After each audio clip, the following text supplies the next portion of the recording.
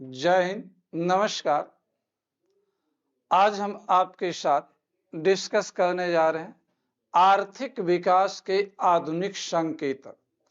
आर्थिक विकास के आधुनिक संकेतकों को पिछले 2 लेक्चर्स में भी मैंने डिस्कस किया। आज उसी सीक्वेंस में हम डिस्कस करेंगे आर्थिक विकास के आधुनिक संकेतकों में हैप्पी प्लैनेट इंडेक्स क्या है, हैप्पी पॉवर्टी इंडेक्स क्या है, मल्टी पॉवर्टी इंडेक्स क्या है, टीपीआई क्या है, जीएचआई क्या है, इनके बारे में हम डिस्कस करेंगे। तो अब हम आते हैं, सबसे पहले हम डिस्कस करते हैं टीपीआई, टेक्निकल प्रोग्रेस इंडेक्स।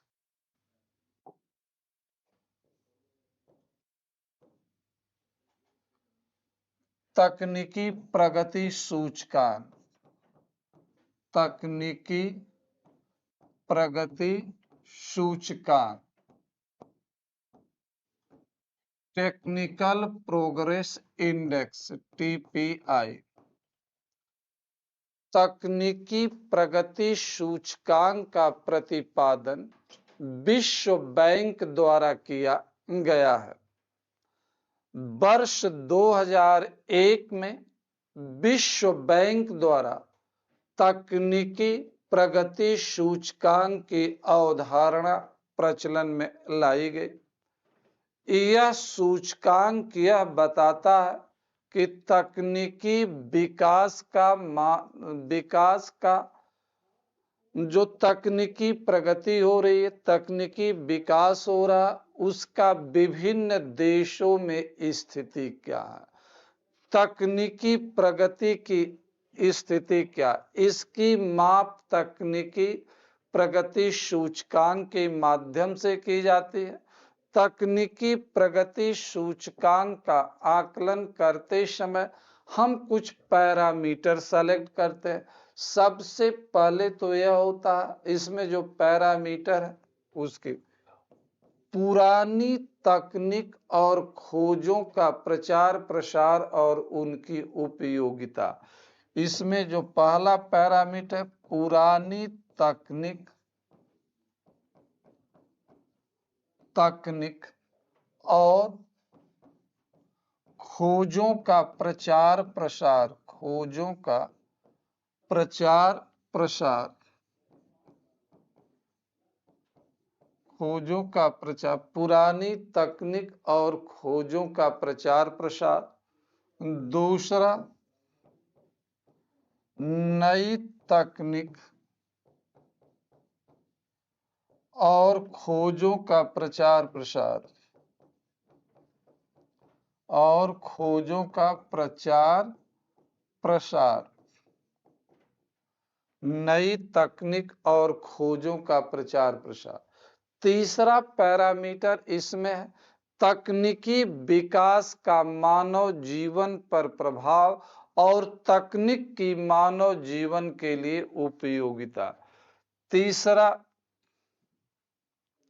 यहाँ इसमें नई तकनीक का विकास मानव जीवन के लिए उसकी उपयोगिता, मानव जीवन के लिए उसकी उपयोगिता, इन 3 पैरामीटर्स के आधार पर, इन 3 पैरामीटर्स के आधार पर टीपीआई का मान निकाला जाता। आपसे प्रश्न पूछा जाए कि टीपीआई को फॉर्मुलेट किसने किया, टीपीआई की अवधारणा सर्वप्रथम किसने दिया, तो टीपीआई की अवधारणा सर्वप्रथम विश्व बैंक द्वारा दी गई। विश्व बैंक ने 2001 में तकनीकी विकास सूचकांक की अवधारणा प्रतिपादित किया था। विश्व बैंक द्वारा 3 पैरामीटर टीपीआई के लिए बनाएगा।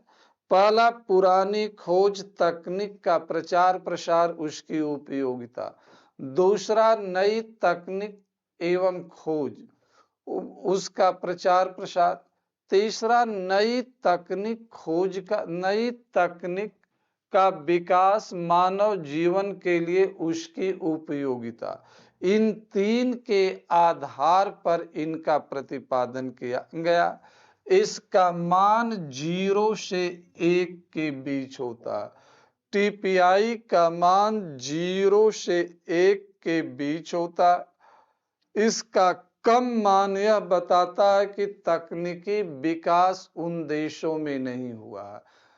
टीपीआई का अधिक मान यह बताता है कि तकनीकी विकास अधिक हुआ है। इसका न्यूनतम मान यह बताता है कि तकनीकी विकास नहीं हुआ, तकनीकी विकास की स्थिति नहीं अच्छी है। जबकि अधिकतम मान यह बताता है कि वहां तकनीकी विकास अधिक हुआ। इनके आधार पर विभिन्न देशों को वर्गीकृत किया गया। टीपीआई के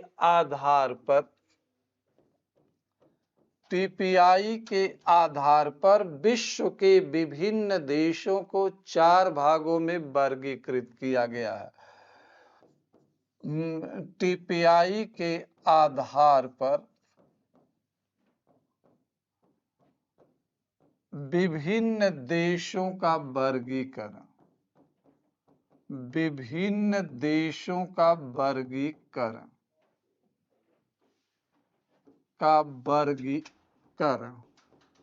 टीपीआई के आधार पर विभिन्न देशों का वर्गीकरण। अब देखिए, पहला है नगण्य तकनीक वाला देश। नगण्य तकनीक वाला देश,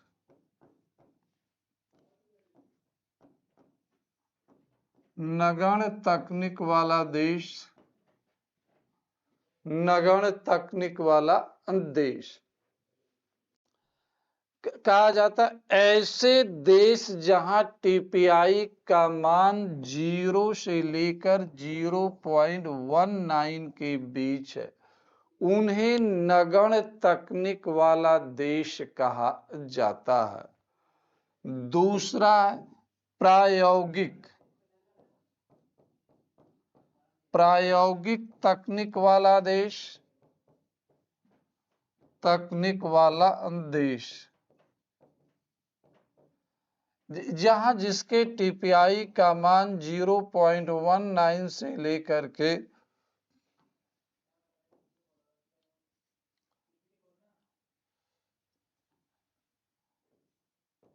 0.35 के बीच होता है, उन्हें हम जो है क्या कहते हैं? प्रायोगिक तकनीक वाला देश। प्रायोगिक तकनीक वाला देश का मतलब है कि वहां पर तकनीकी विकास को बढ़ावा मिल रहा है, वह देश तकनीकी रूप से उभर रहे हैं, उन्हें प्रायोगिक तकनीक वाला देश कहा जाता। नगण्य तकनीक वाले देश के बारे में हमने बताया कि जहां टीपीआई का मान जो 0 से 0.1 के बीच होता, वहां नगण्य तकनीक वाला। जहां तकनीक का कोई विकास नहीं हुआ, जैसे अब पश्चिमी अफ्रीका के देश हों वहां, या कैरिबियाई द्वीप समूह देश हों, वहां तकनीकी विकास नहीं हुआ है, तो ऐसे देशों को नगण्य तकनीक वाले देश के रूप में देखा जाता। दूसरा, प्रायोगिक तकनीक वाला देश, ऐसे देश जहां टीपीआई का मान 0.19 से 0.35 के बीच होता है, उसे प्रायोगिक तकनीक वाला देश कहा जाता। प्रायोगिक तकनीक वाला देश। तो यहाँ पर विभिन्न देशों को 4 भागों में, तो अगली 2 कैटेगरी हैं। पहला, तीसरी कैटेगरी यहाँ पर संभाव्य नेतृत्वकर्ता, संभाव्य नेतृत्वकर्ता देश। संभाव्य नेतृत्वकर्ता देश, ऐसे देश जिनके टीपीआई का मान 0.35 से लेकर 0.50 के मध्य, उसे प्रायोगिक तकनीक वाला देश कहा जाता। जैसे भारत प्रायोगिक तकनीक संभाव्य तकनीक वाले नेतृत्वकर्ता देश में, हमने तीसरी श्रेणी का ऐसे देश जिनके टीपीआई का मान 0.35 से लेकर 0.50 के मध्य हो, उन्हें संभाव्य नेतृत्वकर्ता देश कहा जाता। भारत को इस श्रेणी में रखा गया। भारत एक संभाव्य नेतृत्वकर्ता देश के रूप में उभर कर सामने आया है। क्लियर हुआ?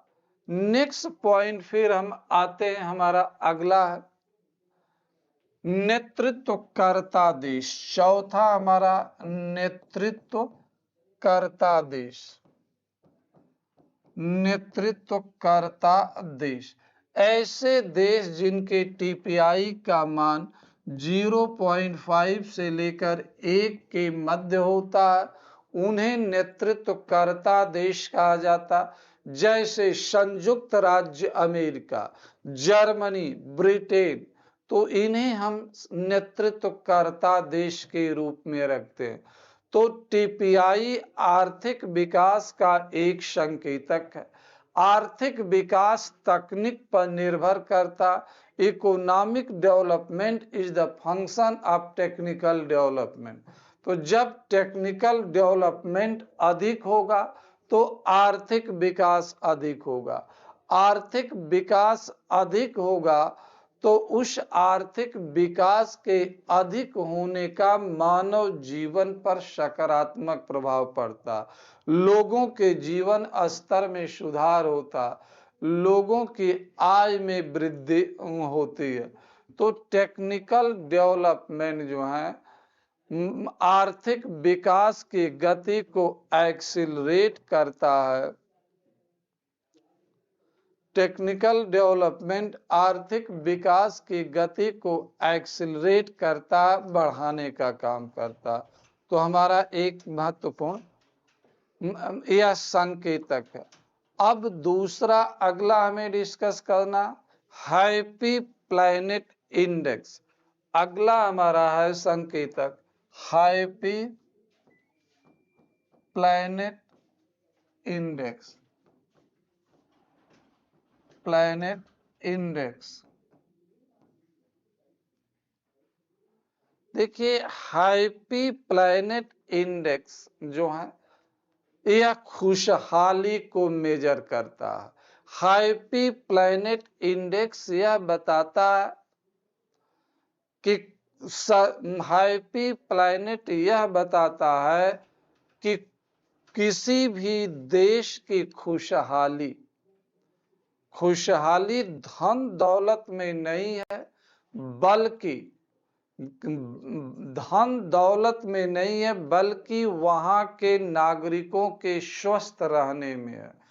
जिस देश के नागरिक स्वस्थ होंगे वह देश उतना ही अधिक खुशहाल होगा। हैप्पी प्लैनेट इंडेक्स किसी देश के नागरिकों की खुशहाली को व्यक्त करता है। यह सूचकांक कहता है कि किसी देश के नागरिक जितना स्वस्थ होंगे वह देश अधिक खुशहाल होगा। तो यह खुशहाली का पैमाना नागरिकों के स्वस्थ रहने में मेजर करता है।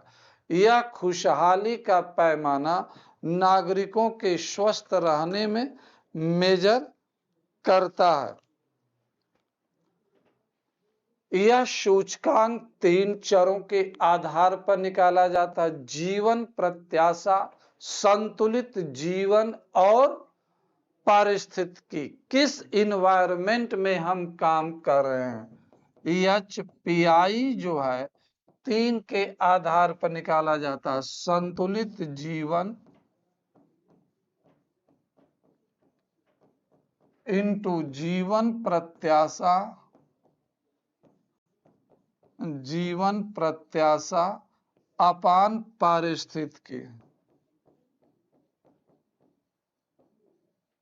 पारिस्थितिकी, इन तीन के आधार पर जो है एएचपीआई का आकलन किया जाता है। जब व्यक्ति स्वस्थ रहता है तो सामान्यतया उसकी लाइफ एक्सपेक्टेंसी अधिक होती है।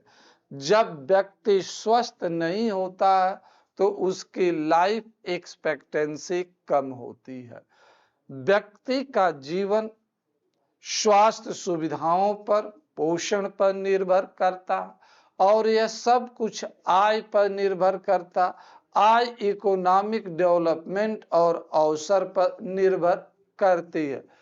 तो एचपीआई जो है भूटान नरेश जिग्मे सिग्मे वांगचुक के कंसेप्ट पर आधारित है। इसे विश्व बैंक के सहयोगी संस्था सस्टेनेबल नेटवर्क डेवलपमेंट द्वारा डिफाइन किया गया है। एचपीआई का मान भी 0 से 1 के स्केल पर ही मापा जाता। कम मान है तो बेहतर नहीं है, अधिक मान है तो जो है यह बेहतर माना जाता। तो क्लियर हुआ। तो यहाँ से सीधे सीधे इकोनॉमिक इंडिकेटर को लेकर के प्रश्न पूछ लिए जाते हैं। जैसे हम आपसे एक प्रश्न दे रहे हैं, इस पर निम्न कथनों पर विचार कीजिए। निम्न कथनों पर विचार कीजिए। निम्न कथनों पर विचार कीजिए।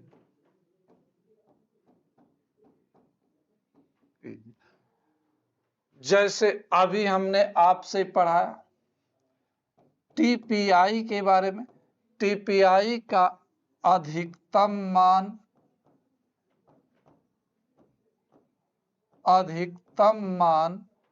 1 होता है। दूसरा, टीपीआई के आधार पर भारत को प्रायोगिक तकनीक वाले देश की श्रेणी में रखा गया। तकनीक वाले देश की श्रेणी में रखा गया है।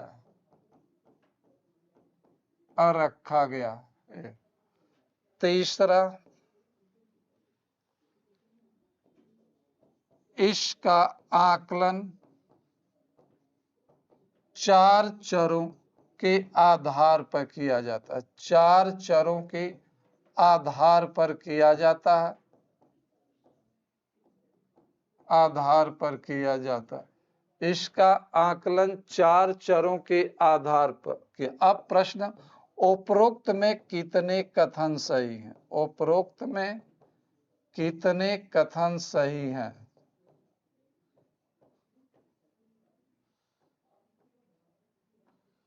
कितने कथन सही हैं? पहला हमने दिया ऑप्शन केवल 1। एकदम यह बिल्कुल नए प्रारूप पर हम दे रहे हैं क्वेश्चन। केवल 2। सी है सभी तीनों कथन, सभी 3, इनमें कोई नहीं।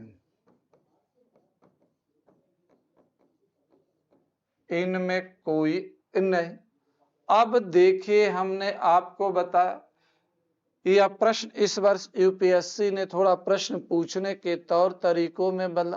पहले कौन कथन कूट सही है करके प्रश्न, अब कौन कथन कूट के साथ साथ कितने कथन सही हैं इसको लेकर के प्रश्न पूछा जाता।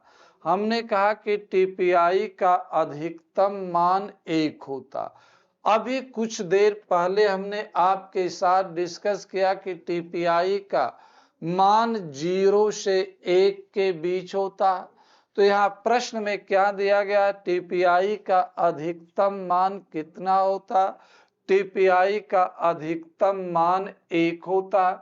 तो हमारा यह स्टेटमेंट जो है सही हुआ, हमारा ये पहला स्टेटमेंट सही हुआ। दूसरा है टीपीआई के आधार पर भारत को प्रायोगिक तकनीक वाले देश की श्रेणी में रखा गया। गलत है। हमने कुछ देर पहले आपको बताया कि भारत को संभाव्य नेतृत्वकर्ता देश की श्रेणी में रखा गया।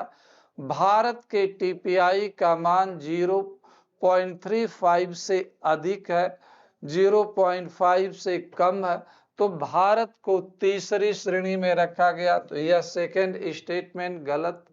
फिर तीसरा, इसका आकलन 4 चरों के आधार पर किया जाता। तो टीपीआई का आकलन 4 चरों के आधार पर नहीं, 3 चरों। हमने आपको बताया है कि नई खोज, पुरानी खोज कुछ देर पहले डिस्कस, और नई खोज का मानव जीवन पर पड़ने वाले प्रभाव, तो यह कथन सही है, गलत है। तो आप देखें प्रश्न में क्या दिया गया, केवल एक। तो पहला स्टेटमेंट सही है, 2 गलत है। तो आपका उत्तर क्या बना, ए आया आपका यह उत्तर। तो इस तरह से आर्थिक विकास संकेतकों से स्टेटमेंट वाइज भी क्वेश्चंस पूछे जा सकते हैं और सीधे फैक्ट बेस्ड भी क्वेश्चंस पूछे जाते, उस पर भी हम चर्चा कर लेते हैं आपसे। जो हम जैसे हम आगे आपसे पूछे, एमपीआई किसके द्वारा जारी किया जाता है, किसके द्वारा जारी किया जाता है, जारी किया जाता है, यह बहुत सिंपल। तो पहला प्रश्न एमपीआई यूएनडीपी, इसका अगर हम विकल्प बना रहे हैं,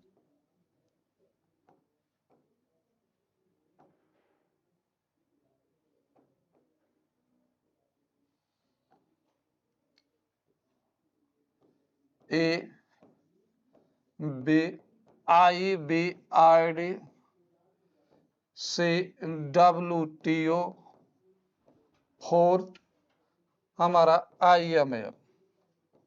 तो आपसे पूछा गया है कि TPI sorry MPI multi poverty index किसके द्वारा जारी किया जाता।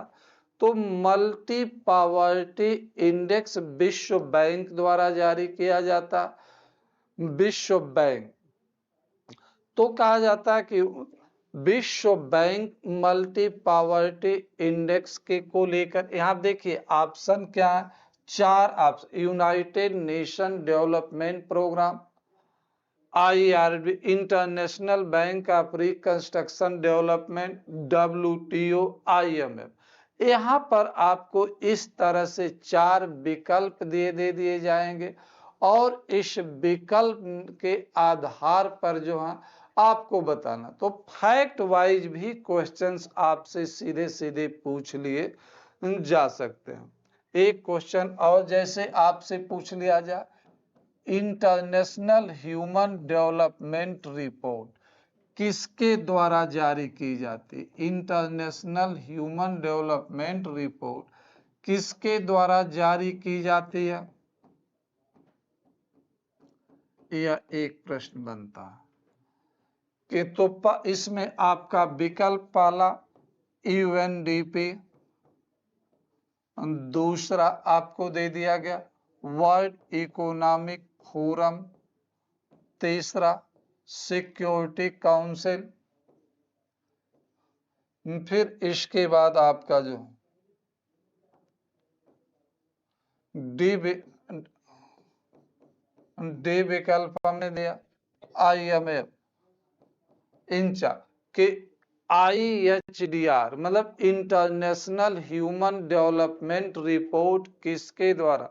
तो human development report UNDP United Nation Development Programme द्वारा जारी की जाती है। प्रत्येक वर्ष जो है यूनाइटेड नेशन डेवलपमेंट प्रोग्राम जो संयुक्त राष्ट्र संघ का एक सहयोगी संगठन है, उसके द्वारा यह रिपोर्ट जारी की जाती है। यूनाइटेड नेशन डेवलपमेंट प्रोग्राम द्वारा सामान्यतया प्रत्येक वर्ष जारी की जाती है। तो आर्थिक विकास के संकेतकों से सीधे सीधे क्वेश्चंस पूछे जाते हैं। एक क्वेश्चन और डिस्कस करके फिर हम अगले संकेतक के बाद आपसे यूपीपीसीएस में भी पूछा जा चुका है इस पर, और आईएएस में भी फिजिकल क्वालिटी लाइफ इंडेक्स के संदर्भ में निम्न कथनों पर विचार कीजिए। संदर्भ में निम्न कथनों पर विचार कीजिए। निम्न कथनों पर विचार कीजिए। विचार कीजिए। पहला, इसका मान 1 से 100 के बीच होता, 100 के बीच होता है। दूसरा, इसका प्रतिपादन मारिस ने किया। मारिस ने किया। तीसरा स्टेटमेंट, यह जीवन प्रत्याशा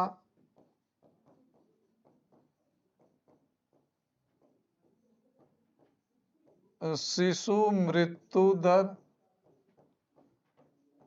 तथा साक्षरता के आधार पर आकलित किया जाता। आकलित किया जाता।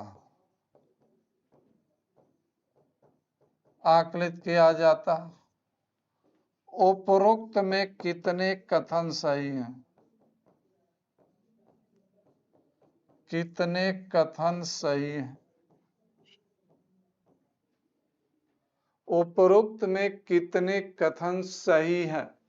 नंबर 1, अब विकल्प आपको दे दिया जाए, केवल एक कथन, केवल 2, सभी कथन, डी, इनमें कोई नहीं। कोई नहीं। ये अब विकल्प।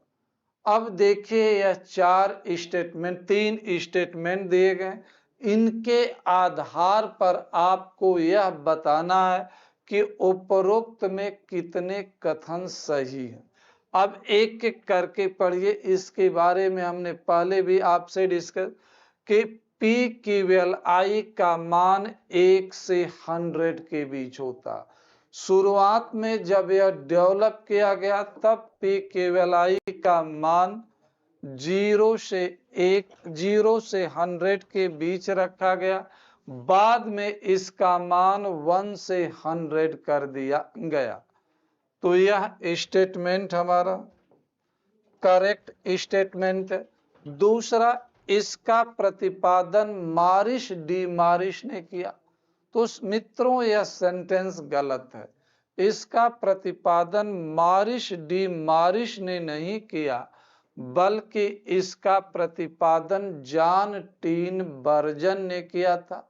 मारिस ने इसको डेवलप करने का काम किया, इसको व्यवस्थित करने का काम किया।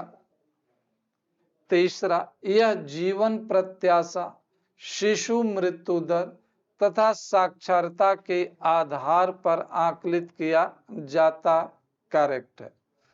तो यह जीवन प्रत्याशा, शिशु मृत्यु दर और साक्षरता के आधार पर आकलित किया, यह करेक्ट है। तो दूसरा गलत है और पहला और तीसरा सही है। तो इस प्रकार इसमें उत्तर क्या बना? केवल बी बना। तो इस तरह से आधुनिक विकास के संकेतकों को लेकर के प्रश्न पूछे जाते हैं। तो यह टॉपिक प्रारंभिक परीक्षा को लेकर के मुख्य परीक्षा को लेकर के काफी महत्वपूर्ण टॉपिक है। क्लियर हुआ? अब हम आगे चलते हैं। हम पिछले क्लास में आपको HDI, GDI, gender empower measurement discuss किया, बेकर वक्र डिस्कस किया, साइमन कुजनेट्स वक्र डिस्कस किया। अब हम इसी सीक्वेंस में हम HDI, अभी SPI आपको डिस्कस किया, अभी हम आपके साथ TPI हम डिस्कस किया। तो अभी हम डिस्कस करने जा रहे हैं misery index. Misery index misery index का प्रतिपादन आर्थर ओकुन ने किया है। आर्थर ओकुन ने किया। इसका प्रतिपादन आर्थर ओकुन ने किया। मिजरी इंडेक्स यह बताता है, मिजरी इंडेक्स यह बताता है कि मुद्रास्फीति और बेरोजगारी की दर का योग कितना है। मिजरी इंडेक्स इक्वल टू मुद्रास्फीति की दर, मुद्रास्फीति की दर प्लस बेरोजगारी की दर, बेरोजगारी की दर, इससे जो है मिजरी इंडेक्स निकल। इसका मान अधिक होना अच्छा नहीं है, इसका मान कम होना अच्छा। मिजरी इंडेक्स मुद्रास्फीति की दर और बेरोजगारी की दर के योग को बताता। इसका मान अधिक है तो इसका अर्थ हुआ कि संबंधित देश में मुद्रास्फीति भी अधिक है, संबंधित देश में बेरोजगारी भी अधिक है, और इन दोनों के अधिक होने पर इसका प्रभाव, इन दोनों के अधिक होने पर इसका सीधा प्रभाव जो होता अर्थव्यवस्था पर नकारात्मक पड़ता।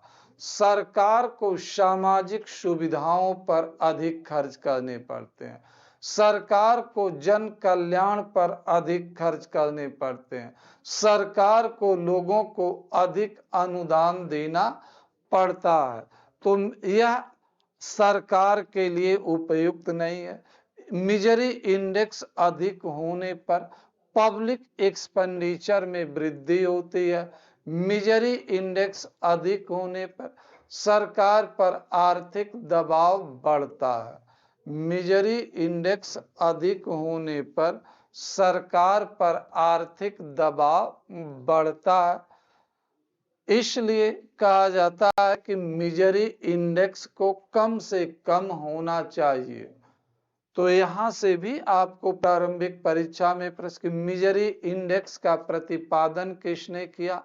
तो मिजरी इंडेक्स का प्रतिपादन आर्थर ओकुन ने किया। मिजरी इंडेक्स क्या बताता? मिजरी इंडेक्स बेरोजगारी की दर और मुद्रास्फीति की दर के योग को व्यक्त करता है। मिजरी इंडेक्स का मान अधिक है, मिजरी इंडेक्स का मान अधिक है तो यह स्थिति उपयुक्त नहीं है, यह सरकार पर आर्थिक दबाव बढ़ाती है। मिजरी इंडेक्स का मान कम होना बेहतर माना जाता है। तो यह भी इसके बारे में हमने बताया। इस बेकर वक्र के बारे में हमने पहले भी चर्चा किया। आज किसी ने मुझसे क्वेश्चंस पूछा था, इसलिए एक बार बेकर वक्र के बारे में हम पुनः आपके साथ चर्चा करें कि बेकर वक्र जो होता है,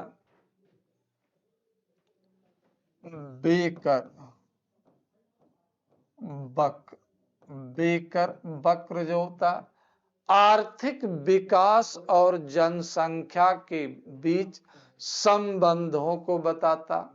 जब शुरू में आर्थिक विकास को बढ़ावा मिलता है, जब आर्थिक विकास को बढ़ावा मिलता है तो इस कारण जनसंख्या में भी वृद्धि होती है, क्योंकि आर्थिक विकास बढ़ने से सुविधाएं बढ़ती हैं, पोषण सुविधा बढ़ती है, चिकित्सीय सुविधा बढ़ती है, जिसके फलस्वरूप मृत्यु दर में कमी आती है।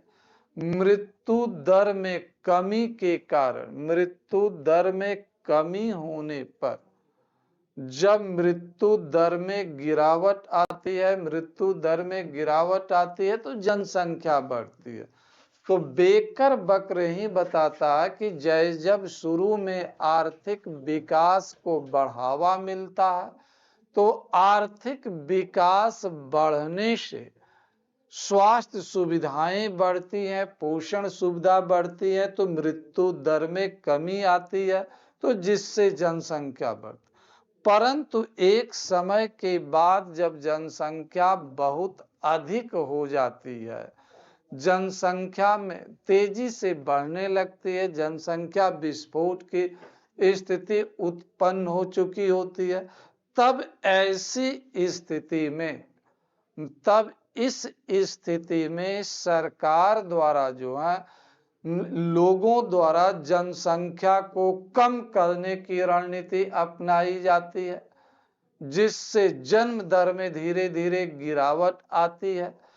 तो इसको चित्रण करने वाला वक्र बेकर वक्र कहलाता है। बेकर वक्र का स्वरूप इस तरह से होता है। अब इस पर आर्थिक विकास को हम लेते हैं, इकोनॉमिक डेवलपमेंट पर, इस पर पॉपुलेशन।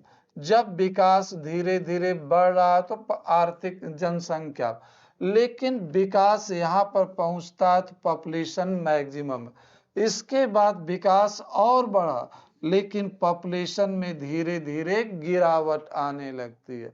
यह गिरावट स्वतः नहीं होती है, बल्कि सरकार द्वारा जो कदम उठाए गए हैं उनके कारण यह गिरावट